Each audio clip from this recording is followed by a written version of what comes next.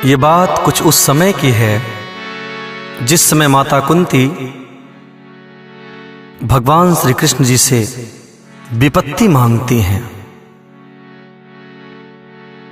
कहती हैं, हे प्रभु, मुझे तो सिर्फ विपत्ति दे दो, क्योंकि विपत्ति ही प्रभु मिलन की सच्ची संपत्ति है।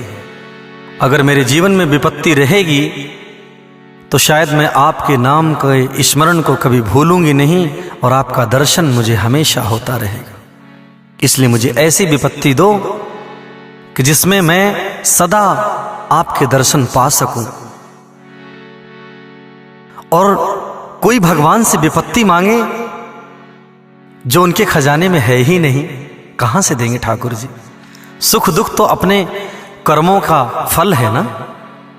तो इसलिए आइए, दुख ही मानव की संपत्ति है, फिर दुख से क्यों घबराता है। दुख ही मानव की संपत्ति है, फिर दुख से क्यों घबराता है। दुख ही मानव की संपत्ति है, फिर दुख से क्यों घबराता है। हर दुख मानव की संपत्ति है, फिर दुख से क्यों घबराता है।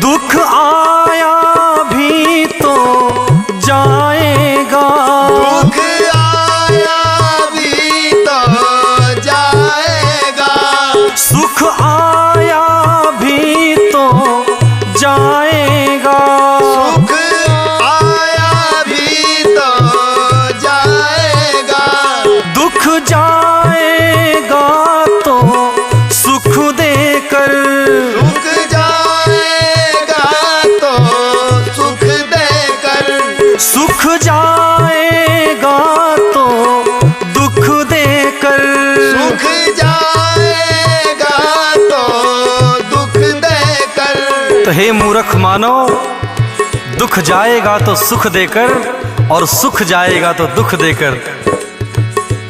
सुख देकर जाने वाले से, सुख देकर जाने वाले से, सुख देकर जाने वाले से, सुख देकर जाने वाले से, ये मानो क्यों घबराता है।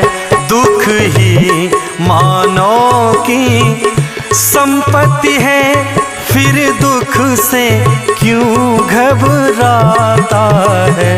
दुख ही मानव की संपत्ति है, फिर दुख से क्यों घबराता है।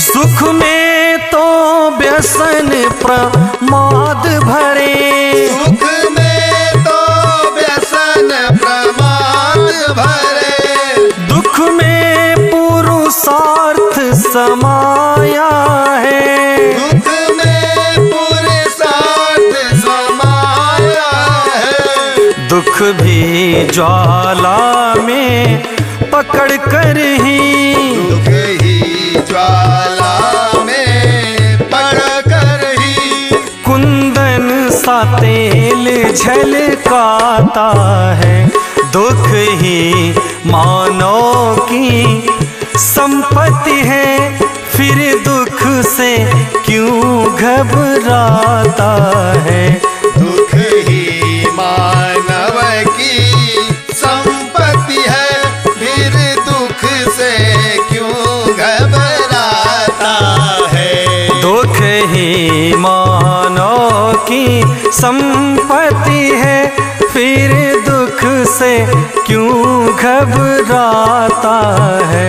दुख ही मानव की संपत्ति है, फिर दुख से क्यों घबराता है।